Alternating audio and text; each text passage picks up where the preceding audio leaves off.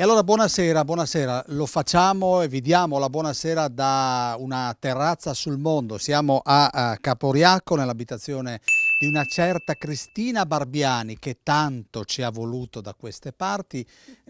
Sorride, caro Caramaschi, quindi questo è un ottimo segnale. Prima avevamo la salivazione a zero e quindi devo fare queste cose perché se no non andiamo avanti, visto che dobbiamo passare una piacevolissima oretta e mezza assieme. Io voglio salutare la padrona di casa e saluto anche l'assessore regionale che, devo dire, ogni volta che l'ho coinvolto nelle mie trasmissioni mi ha sempre detto sì, nonostante non si stia annoiando, soprattutto in questo difficile momento. Allora, apriamo un attimo la parentesi sul momento dell'agricoltura che non è dei migliori. Ne usciamo o no, Zanier? Allora, ne usciamo, bisogna sempre pensare positivo e quindi bisogna pensare che se ne esce.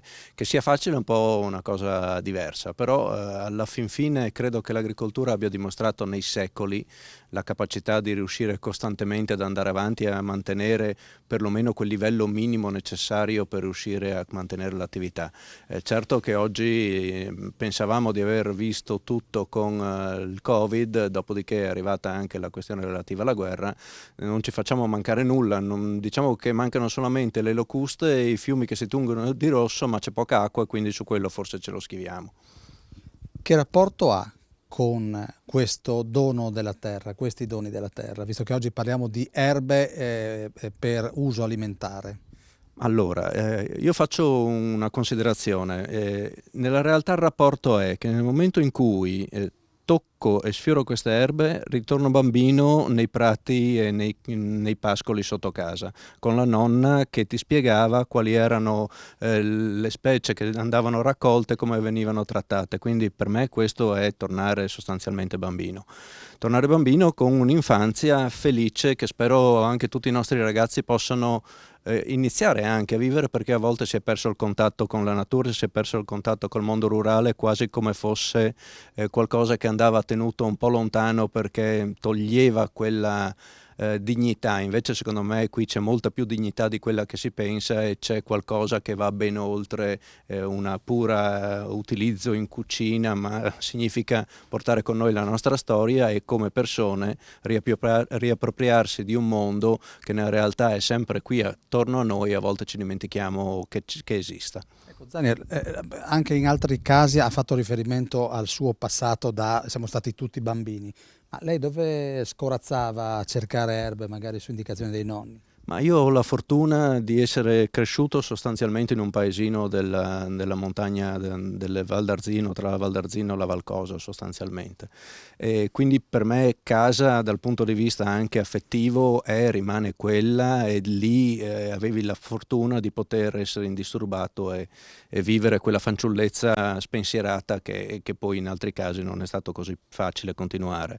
E quindi per me le erbe erano quelle che trovavi nel prato dopo che era stato già falciato, prima che venisse falciato, nei vari momenti dell'anno, andavi a raccoglierle assieme però con qualcuno che ti spiegava quello che stavi facendo, perché il rischio vero era quello di andare alla cieca, e magari noi abbiamo avuto la fortuna di qualcuno che ti faceva toccare con mano e non di guardare solo su un foglio di carta, che è molto più complicato poi riuscire ad arrivare a fare quel passaggio, per cui bene che ci sia un ritorno, bene che ci sia un interesse, ma è anche bene che ci sia un'attenzione a trovare qualcuno che ci guidi e che ci aiuti in un'attività di questo tipo, altrimenti si rischia di farsi un po' male.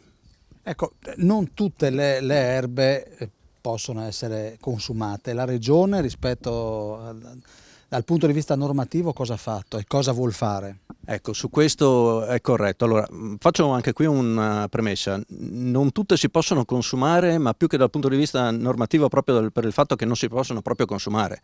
E il vero problema è quello anche di capire tra prodotti simili quali sono quelli edibili e quelli che invece vanno lasciati al loro posto.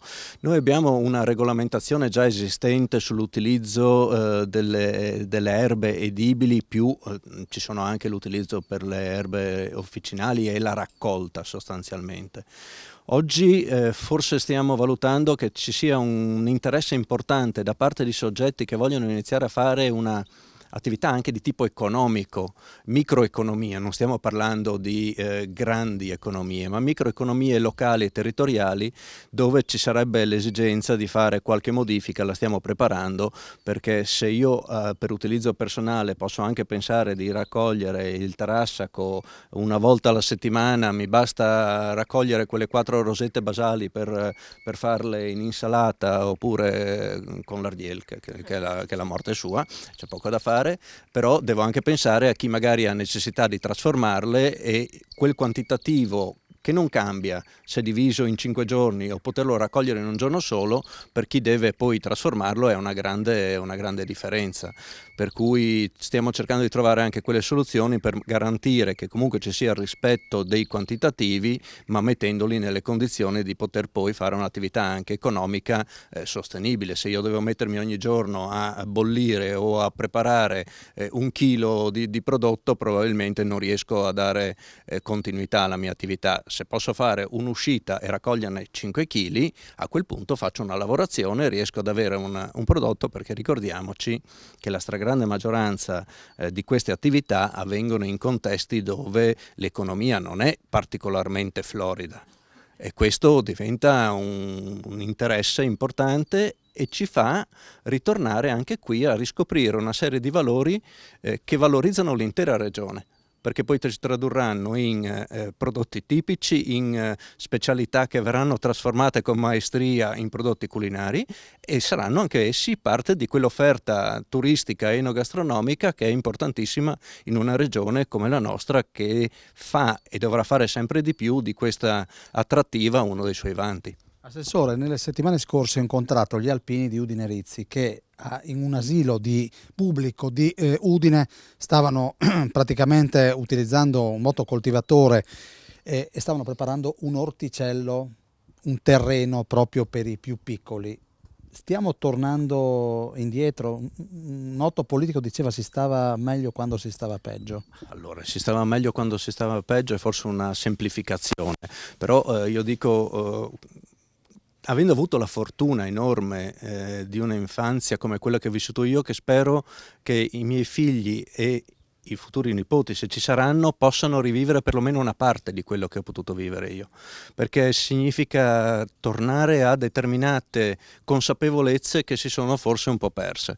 Questo è un passaggio che aiuta anche nel vivere quotidiano, perché lo si affronta in un modo diverso, per cui ben venga che ci sia questo ritorno, e che ci sia un ritorno anche con la consapevolezza che alla fin fine determinate attività hanno una loro dignità veramente molto alta, al di fuori di quel pensiero un po' comune che per un certo periodo storico quasi quasi voleva allontanarci da determinate attività, da determinati luoghi, perché non erano sufficientemente ricercati o raffinati, ma forse qui qualcosa abbiamo sbagliato.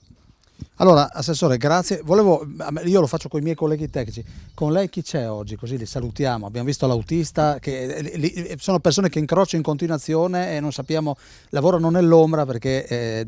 Certo, mandano me avanti normalmente, sì. Effettivamente quando ci si sposta abbiamo necessità di avere anche Thomas, che non so dove sia, da qualche parte c'è qui in giro, che è un addetto della mia segreteria, perché alla fine la cosa interessante è che ogni incontro che fai, tu vai a fare l'incontro per un determinato tema, ma stai pur sicuro che torni a casa con più richieste che avevi quando eri partito. Penso di aver colto un certo passaggio, e allora è utile avere anche la possibilità di dare subito seguito a questo tipo di richieste, in modo da essere anche un po' efficienti. Quindi salutiamo Thomas e anche l'autista.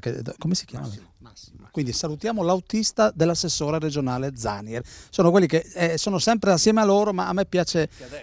Adesso sono là che ti stanno mandando maledizioni perché cercavano in tutti i modi di rimanere nascosti, perché è così che funziona. A me piace far così, quindi come si chiamano i due assessore?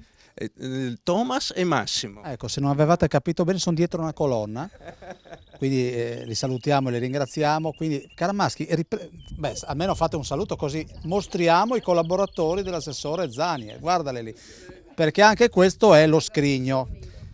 Allora, amano il gelsomino. Allora, io volevo fare, sapete che in questa trasmissione cerchiamo sempre di dare belle notizie, salutare Elena Pezzarini, che ha conquistato la seconda laurea in fisioterapia con un bel 110. In precedenza aveva conseguito la laurea come tecnico di laboratorio biomedico, quindi salutiamo Elena Pezzarini di Butrio, quindi grazie. E chiudiamo, credo Simone che forse siamo nei tempi, ho incontrato nei giorni scorsi una giovane ucraina che è ospite, di fatto non più ospite ma fa parte a tutti gli effetti dell'Istituto Uccellis, frequenta la quarta superiore e vedrete come conclude. Conclude con a testa alta, vorrà fare la filosofa perché questo vuol fare, ma vuole tornare nel suo paese. Intanto studia da noi, circondata dall'affetto delle sue colleghe e di tutti gli insegnanti. Quindi sentite un insegnante che abbiamo incontrato nei giorni scorsi e ovviamente anche la diretta interessata che usufruisce della traduzione. Questa parla correntemente l'inglese, quindi per non far brutte figure mi sono fatto aiutare da una giovanissima sua collega di studio. Saluto Zanier e andiamo con questa intervista. Zampieri Maria Francesca è la coordinatrice di questa quarta del liceo europeo dell'Uccellis. Allora, alle sue spalle c'è Sofia, una ragazza ucraina che avete accolto quando? L'abbiamo accolta circa 2 settimane fa, è arrivata un mercoledì mattina nella nostra classe e l'abbiamo accolta con delle attività ludiche cercando di conoscerla e farci anche noi conoscere.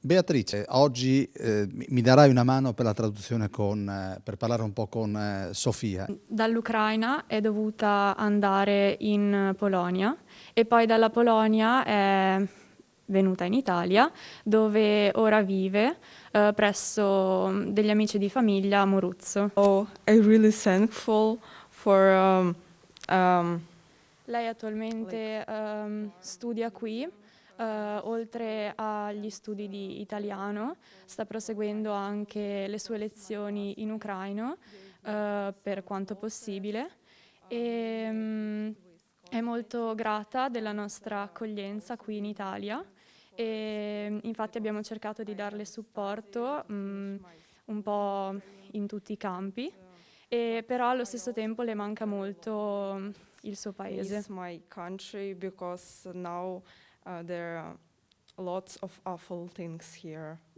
Questa esperienza sta dando tanto sia ai ragazzi che a noi come insegnanti, quindi per noi è anche un onore avere una ragazza che ci sta insegnando davvero tanto.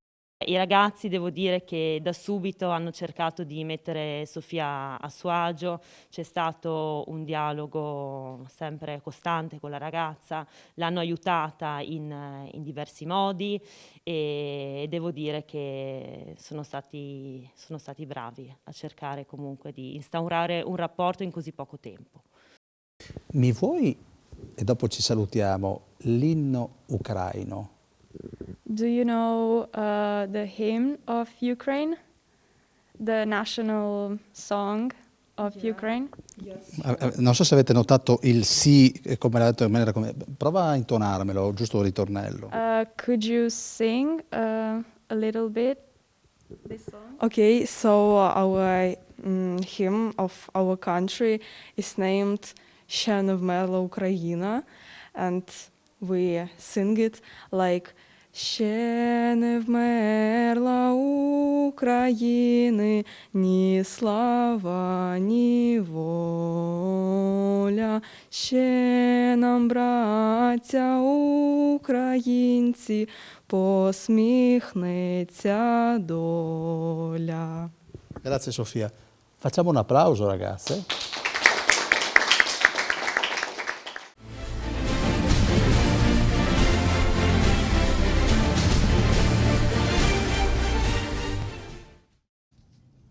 Cristina Barbiani, siamo arrivati alla seconda parte dello scrigno dedicato alle erbe e il loro utilizzo in cucina.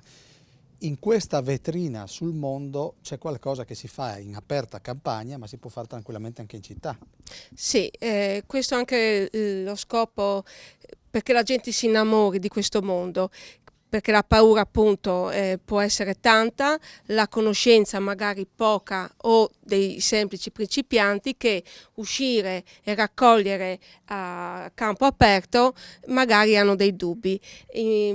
per avvicinarsi, innamorarsi in questo mondo, dimostro che avere un terrazzo, un balcone con un paio di vasi già possiamo aprire un piccolo mondo di queste piante. Ecco, qui che cosa abbiamo? Adesso il nostro Simone sta facendo delle riprese. Sì, allora, sia per me stessa, per imparare bene e ripassare sempre i nomi in italiano e soprattutto in latino, o per la gente che viene a trovarmi, ho messo i cartellini per ogni pianta. Ad esempio questa è un'erba oliva, una Santolina viridis della famiglia della camomilla, per semplificare, ed è meravigliosa perché sa di oliva, ti sembra di mangiare l'olio d'oliva. E allora come l'abbiniamo? Ad esempio su un crostino semplicissimo, una fetta di mozzarella o di burrata o un formaggio tenero con un pomodoro fresco o un pomodoro sott'olio e 4-5 rametti di erba oliva. Abbiamo già un antipasto. L'erba di San Pietro, ti chiedo, queste crescono solo in questo periodo? Allora, sì, nel senso che poi anche l'erba oliva farà il fiore, tipo una camomilla solo senza petali. Hanno il loro ciclo vegetativo, però un rametto lo possiamo sempre raccogliere o una foglia. Ad esempio l'erba di San Pietro, che è l'erba amara, è buonissima perché addirittura si fanno anche le tisane. Anche queste piante tantissime, che più avanti magari ne parliamo di altre, possiamo anche essiccarle e farci le tisane invernali. Senti, l'erba lepre cos'è? Un'erba veloce? Questa mi è venuta bene. Veloce anche come ho fatto, è una nepeta che va benissimo per mettere in infusione della selvaggina. Infatti se la usiamo sa proprio di selvatico, E poi c'è il gelsomino d'Arabia. sì, sambac, che i fiori sono profumatissimi e li possiamo mettere per decorare torte, pasticcini e via dicendo. Io mi faccio anche la tisana con i fiori freschi. E cos'è, un rilassante? Queste piante per me sono tutte afrodisiache. Caramaschi, poi veda lei. Così stimolo anche il sesso maschile. Sta stimolando, ma sono afrodisiache anche a distanza o devono essere degustate? No, proprio degustate. Perfetto, quindi non corriamo pericoli. Allora, la stregonia che La cos'è? stregonia è sempre per fare una tisana. Io la uso come stregonia siciliana ed è una buonissima pianta per fare tisane, perché ultimamente amici e conoscenti che vengono qui mi chiedono molto tisane, si vede bisogno di rilassamento. Senti Barbiani, allora mi dicevi prima, ti accario in furlan, un po' di italiano, ma tonone, ti contavi di che robisca? Allora, se voleis, un momentino, ho una foto meravigliosa di Menone, vi ho detto che una volta si lava chiappa su erbes, perché che Jansky si era aiutudes come veramente des puarettes, o di semplici femmine che si odeva a col cul paraiar e venivi un ticut, buttades in bande. Come si chiamava la nonna? Non è veglia. E ieri mi ha tramandato il saver de sierbes e il famoso lidum, che per me è il massimo de sierbes, perché lì bisogna veramente conoscere l'equilibrio di ogni pianta che io voglio mettere. Torniamo in italiano, il lidum cos'è? Allora, il lidum, perché le nonne un po' sbagliavano e dicevano o voi a lidum e arrivavano con la silene. Invece il lidum è un insieme di erbe, è un tripudio di sapori, che però la base è sempre la silene, il sclopit, il silene vulgaris. Ecco, la nonna, torna a dirmi il nome? Velie. Che è andata via quando? È volata in cielo quando? Nel 2017, a 99 anni, quasi non vedente, e curava verdura. Dopo le buttava in via perché poverette non le curava bene. Però riusciva a fare le puntarelle del radicchio quando va su in semence, solo toccando lei faceva le spuntarelle con la dric di chiamp. Succedeva a Caporiaco, qui. Qui, sì, io ho vissuto qui con lei. Sì. Senti, ma voglio dire, ti ha spiegato come si raccolgono, dove si raccolgono? Tutto. Ma io, cioè, per me è un onore in questo questo periodo anche storico parlare tanto di queste erbe, perché per me è stato il quotidiano. Cioè, io se non osservo, se non studio, se non tocco, se non guardo almeno un'erba al giorno, per me è ossigeno, per me è il modo di vivere. Ecco, per questa passione trascuri qualcosa a qualcuno? Beh, il marito molto perché è carnivoro. Infatti un giorno gli ho presentato su una misticanza una tagliata di anguria e mi ha chiesto il divorzio. Sì, proprio lì Come si chiama la creatura? Enrico. Dov'è Enrico? Adesso è a Parigi che fa il camionista. Sì. Arrivare a casa e mangiare solo verdure, sì, non è il massimo. Sì. Lo capisco. Sì. Vi vedete poco? Quindi mangia molto fuori lui. Sì, per quello cerco sempre piante afrodisiache. Sì, ecco. Quindi lei si assume tutta la responsabilità, Enrico, io non c'entro niente, quindi la mollate così e io so che ascolta. Chi sono queste 4 donne? Ce n'è una quinta che è lì. Signora dai capelli biondi, venga un attimo. No, ma venga.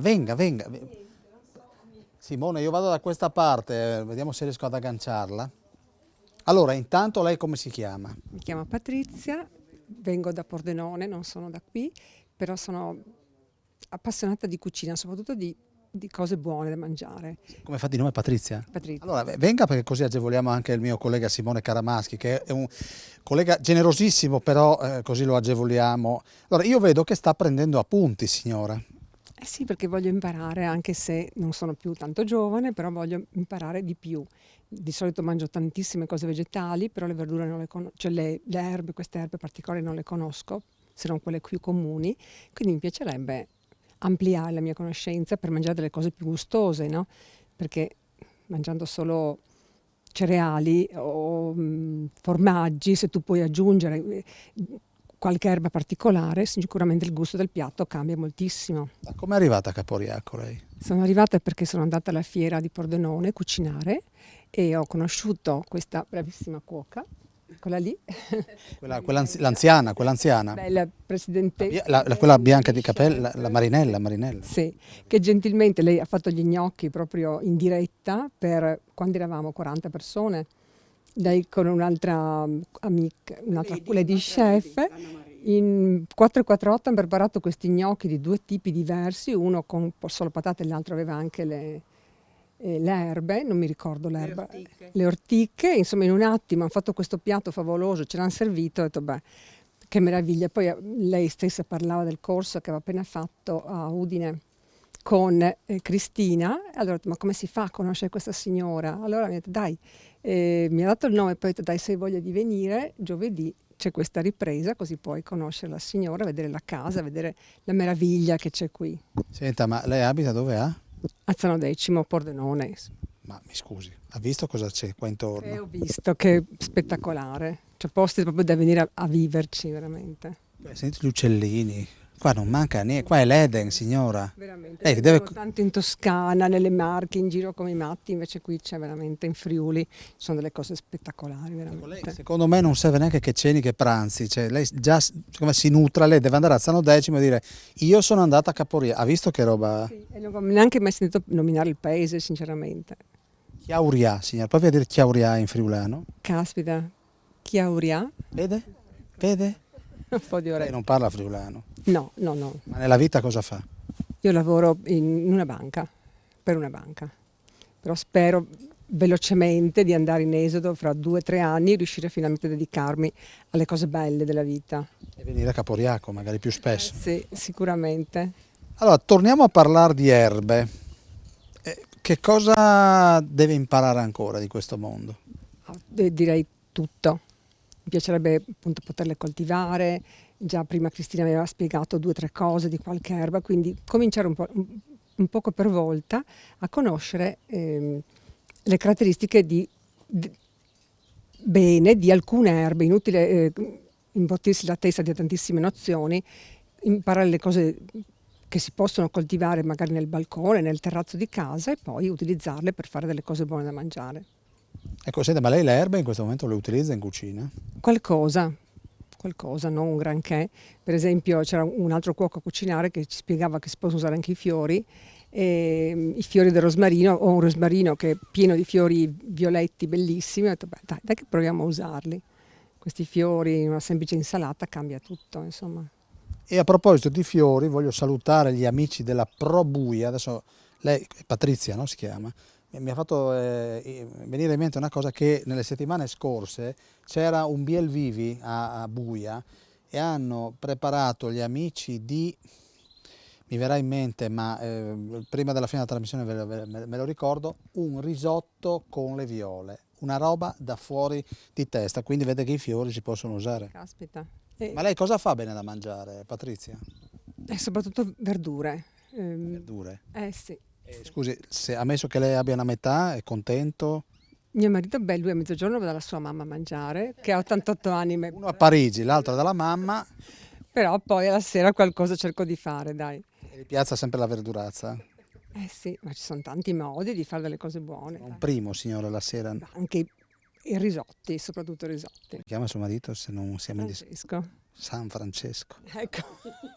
E gli do l'opportunità di diventare santo, che non è una cosa da poco. Il processo di beatificazione è già iniziato da Caporiaco e vede gli uccellini, presente San Francesco che canta anche il canarino. A tra poco.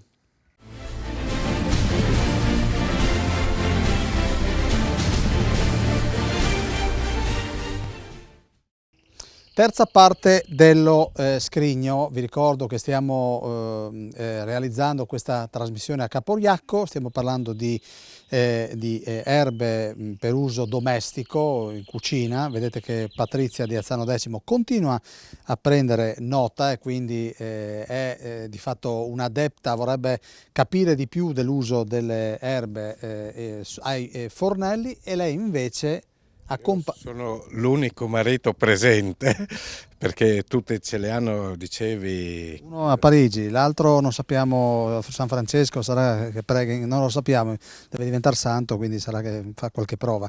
E lei si chiama? Io sono Carlo, sono il marito di Paola. Ecco, Carlo, tra l'altro la Ferigo mi dice che lei con il mondo della cucina ha a che fare, e soprattutto ha a che fare potenzialmente con i cuochi del domani. Sì, io sono maître-autel e quindi insegno allo IAL di Udine assieme appunto a mia moglie che è docente di cucina, e quindi siamo interamente all'interno della ristorazione entrambi, quindi la devo sopportare anche in questo caso. Ecco, io le sono molto vicino, però più di questo non... Come si chiama sua moglie, mi scusi? Paola. Paola, arriviamo subito. Chi è il più pignolo, il più severo a tavola? A tavola. Scusi, ho una domanda così al volo. La forchetta va a destra o a sinistra? Va a destra? A sinistra. A sinistra, vedi? E io a casa la metto sempre a destra, quindi io sbaglio. Esatto, il coltello va a destra perché con la mano destra si taglia, con la sinistra si mangia. Patrizia mi ha ribaltato la vita, perché io esattamente, io è un po' di anni che la metto sempre, voglio dire, molto spesso si fanno questi errori, Carlo? Direi che lo fanno in tantissimi, ma nei ristoranti direi che almeno quello viene rispettato. Sono tante le regole che non vengono rispettate, ma quella direi che sostanzialmente sì, viene rispettata. Carlo, le erbe a tavola possono diventare anche una decorazione, visto che comunque la preparazione e l'accoglienza del cliente è roba sua? Sì, assolutamente, le erbe sono una bellissima decorazione e sempre più vengono valorizzate in questo senso, soprattutto nei banchetti, vengono addirittura utilizzate per chiamare le tavole con i nomi delle erbe, delle spezie, ed è una cosa che diventa sempre più di moda. Che cosa non si deve fare a tavola? Me lo passate? Mangiare solo cosa che non è carne. Assolutamente, parliamo di erbe, di verdure, bisogna mangiarle, ma io sono di quelli che ritengono che bisogna mangiarle soprattutto passate dentro il maiale. Quindi, sua moglie è dello stesso avviso? Sì, fortunatamente preferisce le erbe, ma mangia anche la carne. Chi è stato un suo maestro? Ne ho avuti tanti. Ne ricorderei uno che ricorderanno tutti, Gianni Cosetti. Ma le sue origini dove portano? Io ho la mamma che era altoatesina di Monguelfo e il papà di Venzone, io sono nato e cresciuto a Venzone. Poi ho girato un pochino per lavoro, ma comunque il cuore è friulano al 100%, anche se c'è quella punta altoatesina. Senta, ma Gianni Cosetti l'abbiamo menzionato tante volte nelle nostre trasmissioni. Se mi può citare qualche suo pensiero rispetto alle erbe a tavola? Qua più che parlarne io per le erbe darei la parola a Marinella, perché parliamo di un mondo. Gianni è stato una persona che comunque ha saputo percorrere tutte le strade, non solo quella delle erbe, ma quella delle erbe è stata proprio una cosa dove direi che è stato il precursore in Friuli, sicuramente chi più di lui. Io ho avuto il piacere di lavorare con lui che ero un bambino, ma come ho detto mi è rimasto nel cuore. Grazie Carlo. Allora, a proposito di Gianni Cosetti, Marinella, intanto mi devi dire chi è questa donna che guarda in continuazione l'orologio? Chi è questa donna? Come si chiama? Annalisa. Ho visto che non è l'orologio. Non sa, ma lo so. Allora, chi era Gianni Cosetti?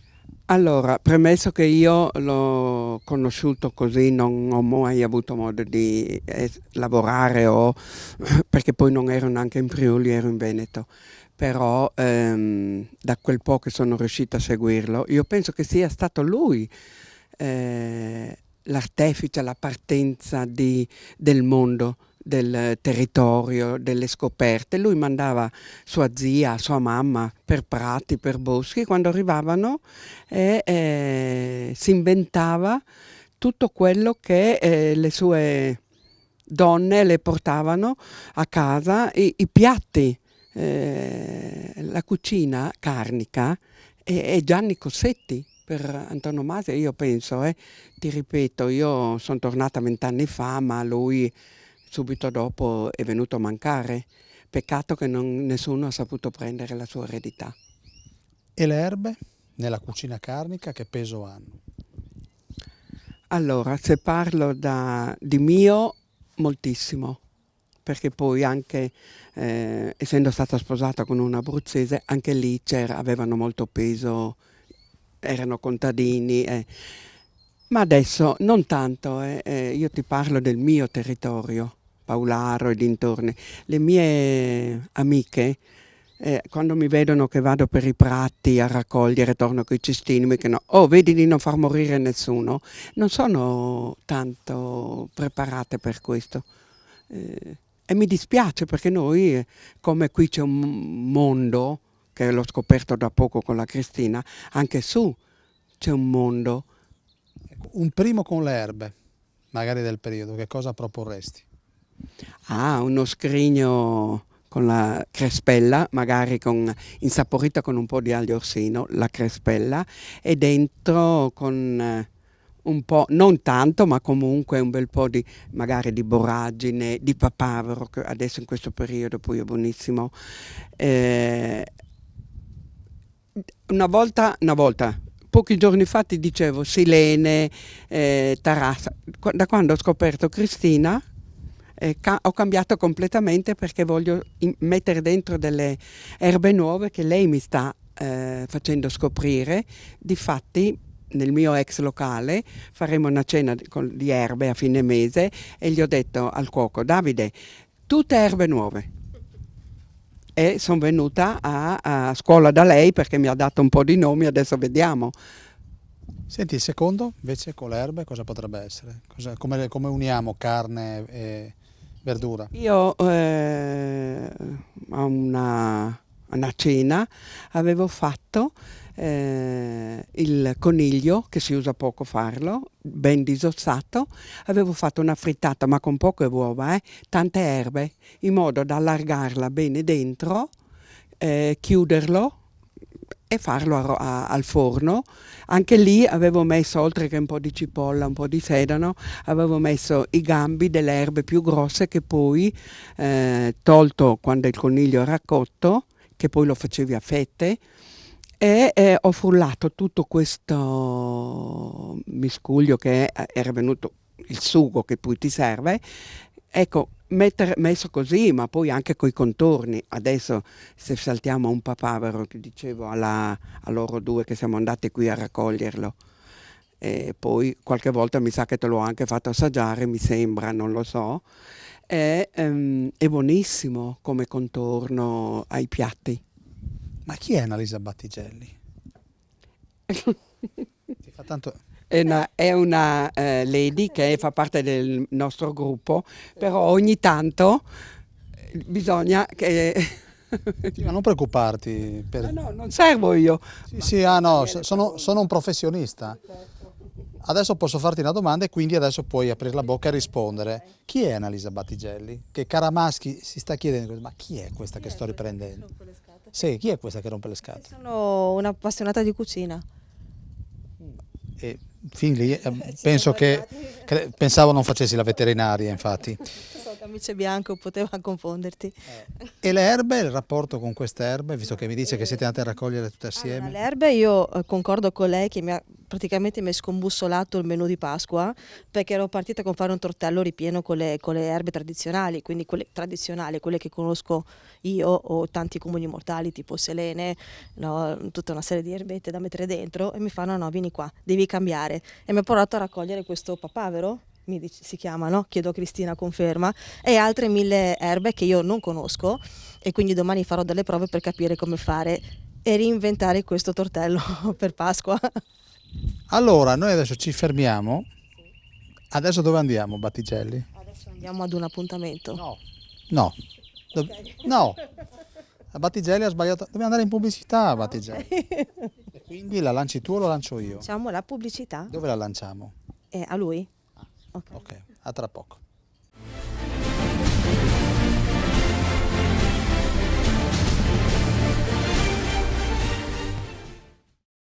Cristina, allora siamo arrivati alla quarta parte dello scrigno, al piano di sotto abbiamo altre erbe da mostrare, ma su questo tavolo cosa c'è? Allora c'è questi due vasi, volevo approfondire un momento la differenza tra l'aglioxino, il colchico e il mughetto, perché sappiamo che anche l'anno scorso quel signore di Travesio purtroppo è morto confondendo quest'erba, e a me dispiace tantissimo che la gente appunto si allontani per questa grande paura che ha di raccogliere l'aglioxino.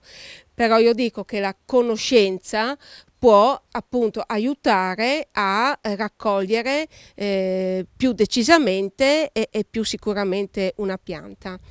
Io qui ho raccolto per farvi vedere che siamo ad esempio in un bosco, no? Ci sono delle foglie secche, ci saranno rami, ci saranno altre foglie, però qui c'è il colchico e l'aglioxino insieme. Io che mi ritengo insomma un'esperta, una che è andata sempre a erbe, in questo stadio non raccoglierei mai l'aglioxino, perché è troppo pericoloso, soprattutto per gente che si approccia a questo mondo per le prime volte. Cosa succede? Che la gente quando sente che sta spuntando l'aglioxino è molto emozionata e voglia di provarlo, ma se noi aspettiamo la sua crescita e sapendo che poi avremo tutto marzo, tutto aprile e anche maggio per poterlo mangiare, anche la gente poi si stancherà di questo aglioxino. E allora aspettare significa che crescendo, perché noi siamo nel bosco e abbiamo questo insieme di foglie che non è facile distinguere, ma cos'è che ci salva la vita e ci distingue dall'aglioxino? È il gambo, il manico, il gambo e la foglia. Questo è aglioxino. Il colchico, crescendo, perché crescendo ha le foglie affusolate, sembra quasi un giacinto. E poi ricordiamoci che le tuniche sono nere, io dico come la morte. E questo secondo me è importantissimo che la gente lo sappia, la distinzione. Riprendiamo l'Aliorsino adesso non ce l'ha perché è cresciuto, ma avrà il rizoma bianco come l'aglio, appunto, crescerà, e questa è la differenza. Scusami, ma vuol dire queste tue raccomandazioni sono indicative del fatto che non c'è tantissima cultura, o sbaglio, in questo mondo? Perché ci siamo allontanati, il discorso di prima, no?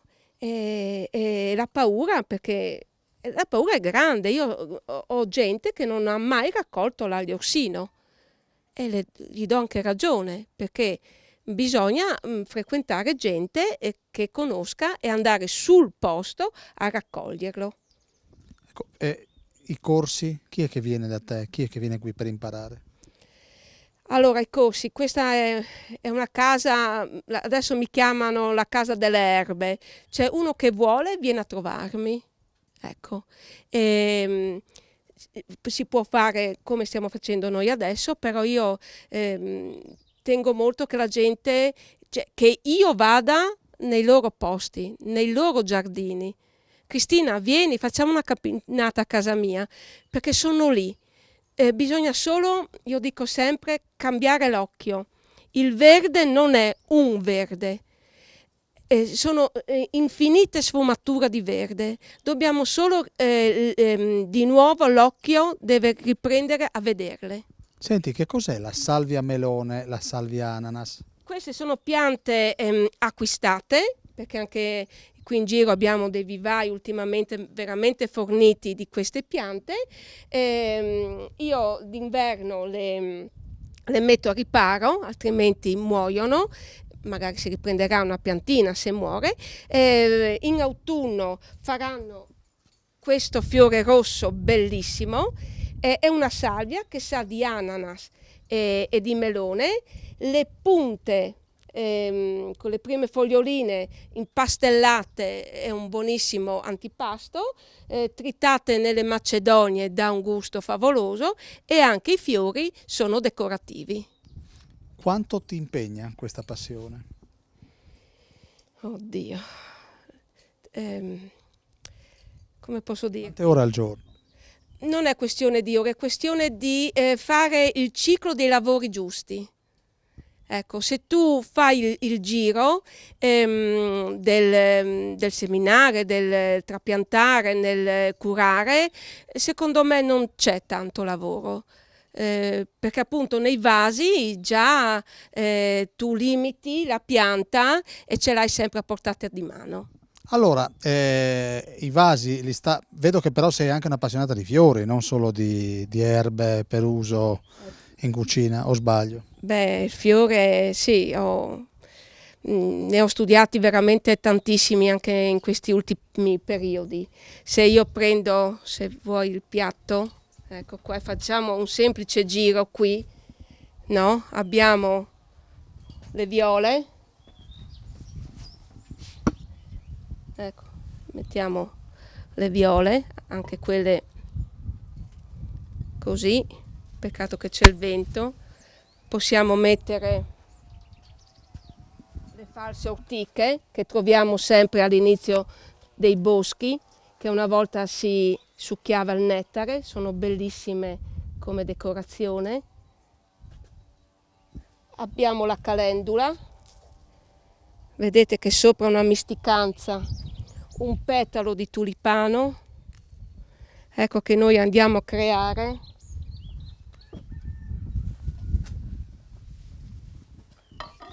Un petalo di begonia. E se aspettate un momento. Quindi vi mostriamo questo piatto che viene di fatto preparato dalla nostra Barbiani. E qui cosa abbiamo? Il glicine. Ecco. Un piatto quasi da guardare, da mangiare. In 5 minuti noi possiamo decorare. Cioè arriva il marito da Parigi, gli faccio la misticanza, ci butto piantato sopra questi fiori e lui è contento. Lui invece fa tanti chilometri, secondo me è così contento, le dicono vammi in Olanda, sì, via in Olanda, perché in Olanda o in Germania sono dei ottimi Wüster, che ci sono anche i krauti, però lui va su, va, sì. Sì, ho capito. Però no, per dire che... Enrico, come hai detto che si chiama? Enrico, Enrico, guida quello invece di farsi fuori. Ecco, per dirvi cosa siamo stati, in 2 minuti in una misticanza ci metti sopra, mai lavare i fiori, Sì, Dio, come l'hai detto? No, mai lavare i fiori. Mi ha fatto venire quasi ansia adesso. Sì, Guai, raccolgo. come hai detto? Guai lavare. No, perché tante ricette di... Ah no, aspetta, scusa. Cosa è successo? È un fiore di boragine. Sì, se non c'è il fiore di boragine, no duarus gnot. E quindi, che fiore è? Vediamo se lo conosco. Che roba è sto qua? Cos'è? Perché anche gli alberi si mangiano. Anche quelli. Sì. Poi Enrico, quando gli do un pezzo di legno, fa... Lui e il legno sono una cosa sola, caro Enrico. Ecco, per dirvi che in questo momento è l'inflorescenza dell'olmo, non sono le foglie, perché l'olmo fa prima i semi e poi farà le foglie. L'occhio abituato vedrà questi alberi di questo verde chiaro e queste samare sono buone da mangiare. Le mettiamo sopra la misticanza. Scusami Cristina, io vorrei farmi una scorpacciata di questa pianta qua, che è la pianta dell'immortalità. Siamo sicuri? Cioè, mangio anche il vaso. Sì, Enrico funziona. Sì, è ancora tra noi, voglio dire, sì, guida, evviva. Allora, è una pianta medicinale, sì, sono altri argomenti che si possono approfondire, però le foglioline nell'insalata ci stanno. Cioè, anche quelle gli spari dentro. Tutto. Vedete Enrico? Vabbè. Le samare dell'olmo. Sì. Si possono fare anche i risotti. Annalisa, un'altra idea. Adesso vado dalla Battigelli un attimo, perché vada. posso andare? Sì. Vado un attimo. Beh, voglio dire, è una cucina che è originale, costa poco? Si può dire così? Ma, come materia prima, dico. Come materia prima, se uno sa dove andare a raccogliere e come raccogliere, sicuramente sì. Penso, no? Sicuramente come costo, però c'è tanto tempo da dedicare per andare a raccoglierlo, andare a cercare i posti giusti, perché Cristina mi insegnava che tra pianura chiaramente e montagna ci sono delle diversità, e poi io che sono stata nel campo qua dietro, si assomigliano veramente tanto, quindi uno deve studiare, conoscere, capire e sapere cosa raccogliere e sicuramente investire tempo. Quindi è facile confondersi. Sì, per me sicuramente sì. Qual è il piatto del 2022? Se dovessi chiederti, preparami qualcosa a base di erbe, cosa fa? Il gatto cuoco.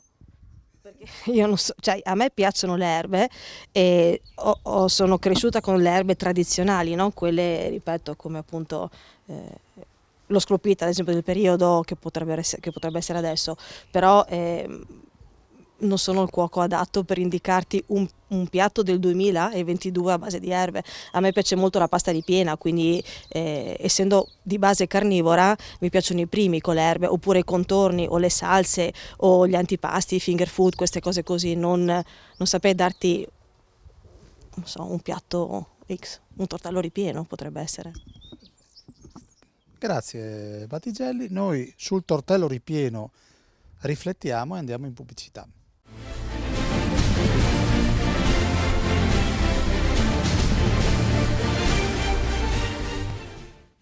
Quinta parte dello scrigno, e qua l'affare si fa serio, perché è arrivato il salato e il dolce. Il salato vede protagoniste proprio le erbe. Allora, questa signora indossa un camice che le sta piuttosto comodo ed è di Narcisa Gomboso, ma lei non è Narcisa Gomboso, è Emira Zurapi. Le sue origini portano? Sono di origine turca e sono nata a Belgrado, però insomma vivo in Italia da 20 anni. Senta, la sua carriera è proprio basata sulla cucina, no? Certo, io diciamo così ho studiato a Pordenone, ho fatto lo IAL e dopo ho vinto la borsa di studio, sono andata a Londra, a Parigi, Vienna, e diciamo che ho girato un po', e dopodiché sono andata a lavorare a Venezia nei alberghi più esclusivi. e in questo momento abito a Codroipo, lavoro alla Trattoria Il Paradiso. E... Senta, lei ha una figlia, no? Sì, ho una bambina che ha 13 anni, Si chiama? Così la salutiamo. Elisabetta. Ecco, guardando questi fiori che prima la Barbiani ha messo in questo piatto, le viene voglia di consigliare a sua figlia di provare a seguire le orme della mamma? E certo, credo che i nostri figli debbano seguire le loro passioni qualsiasi esse siano e noi li dobbiamo sostenere in questo. In cucina le erbe che ruolo hanno nella sua cucina? E le erbe sono molto importanti perché danno quella cosa particolare sia nei primi che negli antipasti, nelle misticanze, nei secondi, danno quel gusto di fresco, sono molto versatili, si possono fare i sciroppi, si possono fare i succhi, si possono fare tantissime cose. Ecco, quindi la affascina più l'erba come decorazione o come parte integrante nella ricetta? Tutte e due, sono due cose diverse. Allora, la decorazione, vedere un fiore, vedere il colore è sempre, l'occhio vuole la sua parte e fa sempre una bellissima figura. E invece tipo usata come la nostra presidente l'ha usata qui adesso dentro un rotolo di pasta sfoglia, ha messo un po' di ortica e un po' di ricotta e ha fatto un bel antipastino. Come magari adesso in questo periodo possiamo appunto avere, non so, un risotto all'aglio orsino con una fonduta di forma di frande, della pancetta croccante sopra, piuttosto che una crespella con gli asparagi bianchi oppure verdi, con una diciamo così bella guarnizione di asparagi fritti sopra, oppure un bel agnello per Pasqua, che potrebbe essere, diciamo così, fatto farcito con delle erbe di stagione che in questo momento sono protagoniste. Ecco, prima abbiamo visto, sentendo la Barbiani, quanto è facile confondersi. Lei va a raccogliere, è una cosa che le piacerebbe fare, andare a raccogliere proprio le erbe in campagna? Guardi, a me diciamo così, mi piacerebbe farlo, ma lo faccio solamente con delle persone molto esperte. Perché dietro questo mondo c'è una sapienza e la conoscenza e anche l'utilizzo giusto per ogni erba. E allora preferisco andare con delle persone che, diciamo così, sappiano esattamente quello che raccolgono. Grazie Emma. Grazie a voi.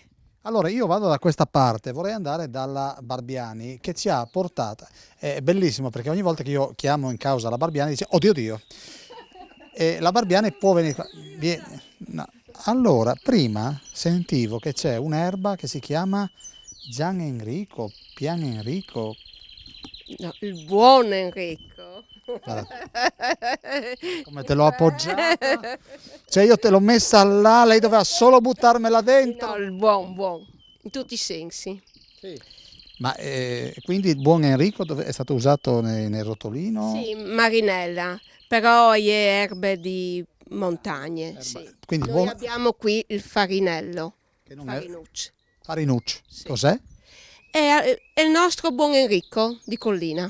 Diciamo. Il buon Enrico nasce da quando tu hai conosciuto Enrico in onore al tuo maritino? Sì, ho fatto io il nome in italiano. Ai botanici. Sono 25 anni che esiste il buon Enrico. Prima non si sapeva che... Non lo conoscevi? Sì. Lui è sempre a Parigi, no? Sì, ogni tanto al torna. Insomma, me lo auguro per voi. Allora, senti, quella non è acqua. No, come diceva, non mi ricordo il nome perché la gomboso, non è la gomboso che salutiamo. Con le erbe, al di là, no, del salato e del dolce, ma ci sono anche tutti gli sciroppi che sono buonissimi anche per i nostri bambini, i nostri nipoti. C'è lo sciroppo, si può fare con la menta, con la melissa, con i petali di papavero, una cosa buonissima da fare d'estate. è sempre un modo per avvicinarsi a questo mondo. Piante che conosciamo, non sono pericolose, insomma una menta, una melissa la possiamo veramente acquistare. Stiamo attenti con le mente perché poi sì, sono stolonifere, bisogna mettere... Cosa vuol dire stolonifere? Che fanno la radice e rispuntano, Allora anche la menta, questa è un'altra conoscenza delle erbe, acquistare una pianta e sapere dove la devo mettere. Allora io vado da questa parte, caro Simone, perché è arrivato anche il dolce, dove qua vedo tanti cuori e ci sono anche dei bastoncini in quei quadratini. Scusami, io guardo molto i dettagli, Marinella. Cioè, avevi finito la pasta? Bravo, era finita la pasta e per non buttare via quei 4 pezzettini li ho messi là così, senza senso, però i cuoricini hanno un senso. Certo, ci mancherebbe altro, è viva l'amore. Il cuoricino è anche, ecco, viva l'amore. Certo. Devo dirglielo alla Roberta che lì c'è un cuoricino suo e tuo. È una poetessa della cucina. Senti, con cosa è fatta la crostata? La solita pasta frolla, la marmellata è un misto. È un misto perché faccio marmellate di tutti i tipi, poi a volte mi trovo frutta, poca di mele, poca di susine. Io faccio un misto, metto dentro anche un po' di cannella, dipende, mele cotogne. Ecco, guardate con che maestria il nostro Caramaschi, è quasi un micro, è un esponente di un laboratorio di microbiologia. Hai visto che primo piano mi ha fatto alla crostata? Sì, certo, ma sai perché? Perché c'è il cuore tuo di Roberta in mezzo. Ah, cioè quindi, sì, quindi c'è questa poesia che ha travolto anche il signor Caramaschi. Certo. Perfetto. Quando l'ho fatta l'ho pensata a voi. Allora, volevo chiedere, grazie anche per lei, ma senti, il camice della signora Nacci è giusto? O abbiamo... È giusto, non abbiamo confusione. Vado dalla Lady Chef. Ecco, intanto, siccome io è da anni che seguo il marchio Lady Chef, lei fa parte di questo gruppo da quando? Ma orientativamente penso da 4-5 anni, Marinella, di più. Non ricordo esattamente la data. Che cosa vuol dire far parte di Lady Chef? È una cosa molto bella perché lo spirito è quello intanto di stare assieme, aggregate, e poi fare tanta beneficenza. Noi facciamo degli eventi, o almeno si facevano prima, adesso si spera di poter ricominciare, degli eventi pubblici nei quali cerchiamo di raccogliere dei soldi da poter devolvere in beneficenza a chi ha veramente bisogno. E, nello specifico Marinella può dire più precisamente a chi abbiamo dedicato negli ultimi tempi quello che abbiamo raccolto. Ecco, senta, stasera parliamo di erbe in cucina. Quanto la affascinano? Tanto. Io non sono una grandissima conoscitrice perché effettivamente, come ha detto Cristina, bisogna avere delle basi e bisogna fare molta attenzione, però effettivamente è un prodotto che affascina sia per il gusto che per i profumi che dà. E non da ultimo devo dire che rilassa, perché se uno ha nel balcone un vaso e le semina, effettivamente ne può usufruire, ma il fatto di poter andare in passeggiata immerso nella natura e poter dedicare del tempo a se stesso, ma anche facendo un qualcosa di proficuo, soprattutto per chi ha un'attività, rilassa tantissimo e aiuta anche a pensare e anche a inventarsi qualcosa con quello che si raccoglie. Sente, Carlo dov'è? Carlo è dall'altra parte, quando io vado in passeggiata viene spesso con me, pensando di magari andare a fare una passeggiata che lo aiuta nel movimento, e invece rimane dietro, fermo ogni 3 metri con la borsetta, perché io quando vedo qualcosa mi fermo e lì mi perdo. Noi ci fermiamo, non ci perdiamo, consigli per gli acquisti, tra poco.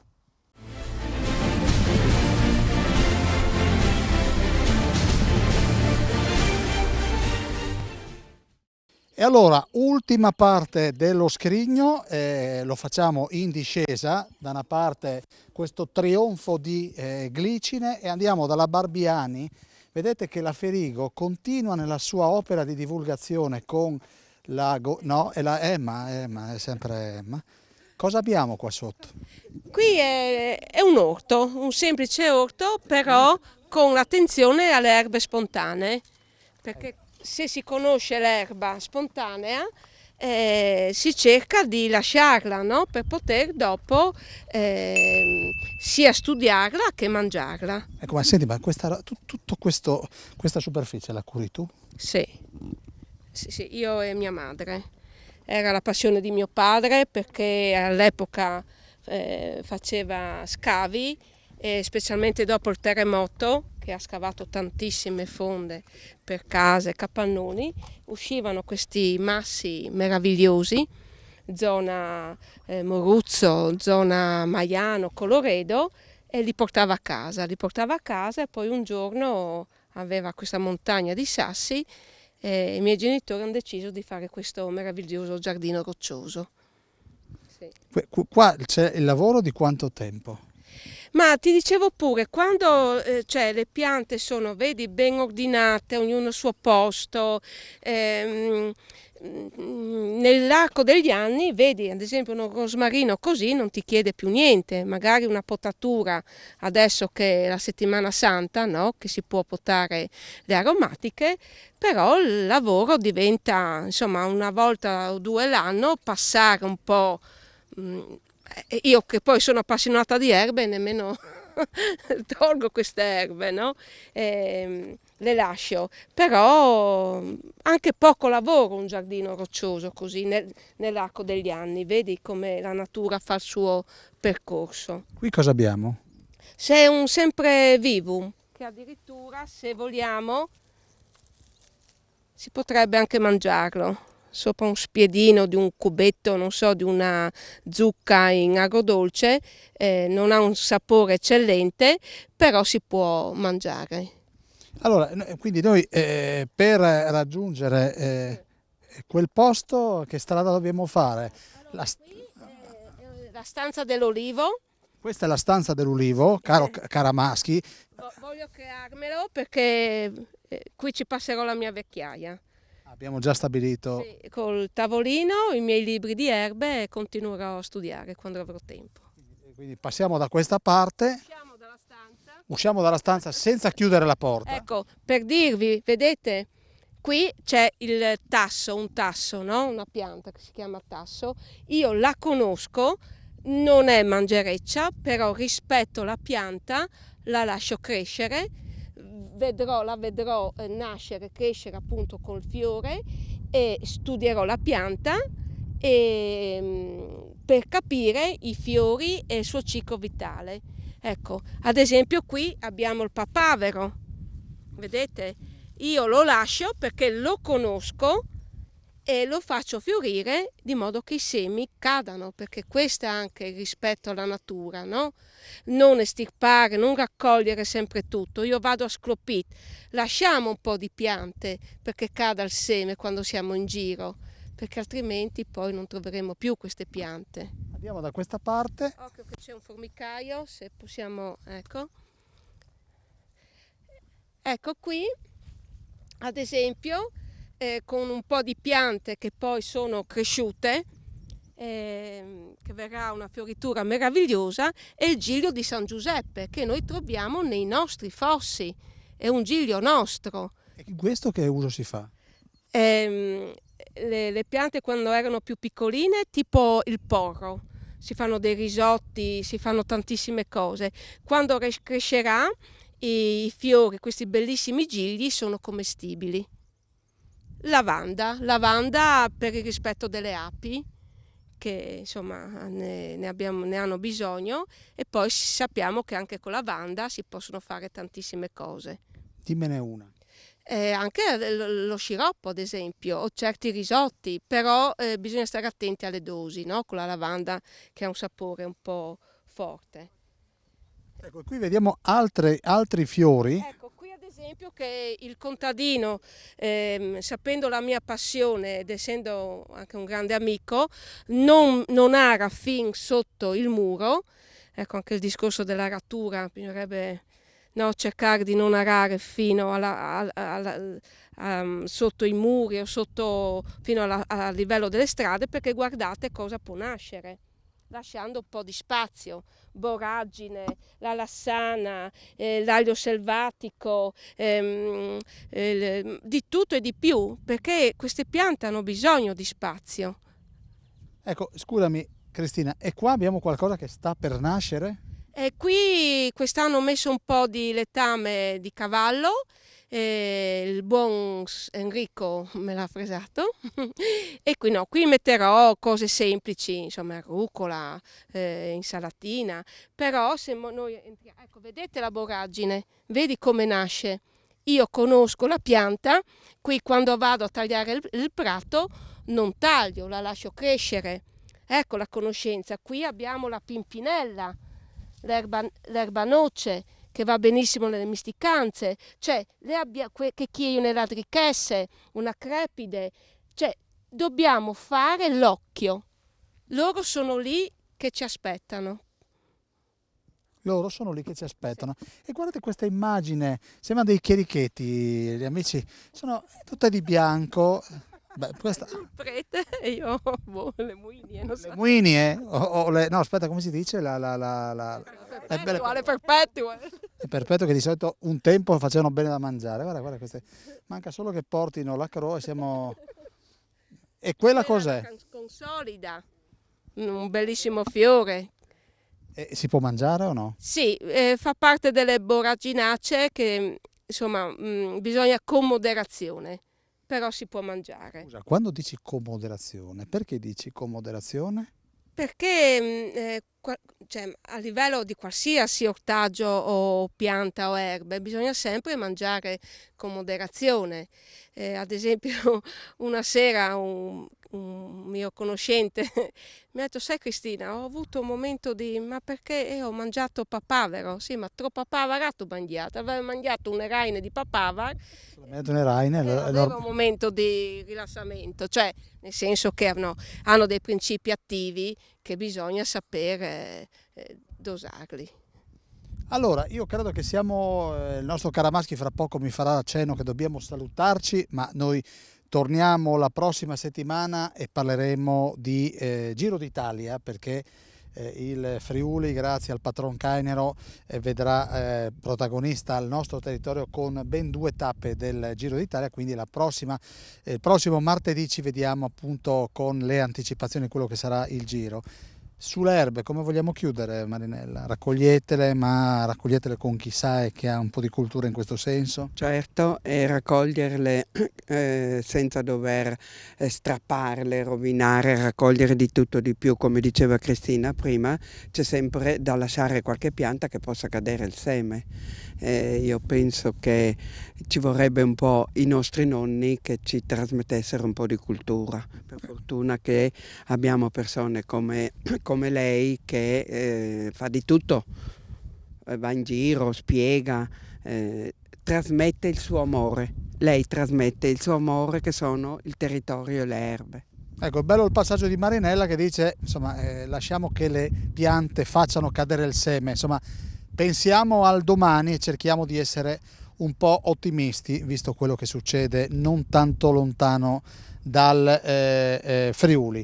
Io vi ringrazio di cuore, noi ci rivediamo presto, spero. Barbiani, grazie per l'ospitalità. Grazie a voi, no, veramente grazie, sì, per poter appunto trasmettere questa... E noi raccontiamo perché racconti tu. Grazie. Questo è. Grazie Simone Caramaschi, credo che abbiamo esaurito i tempi, sì.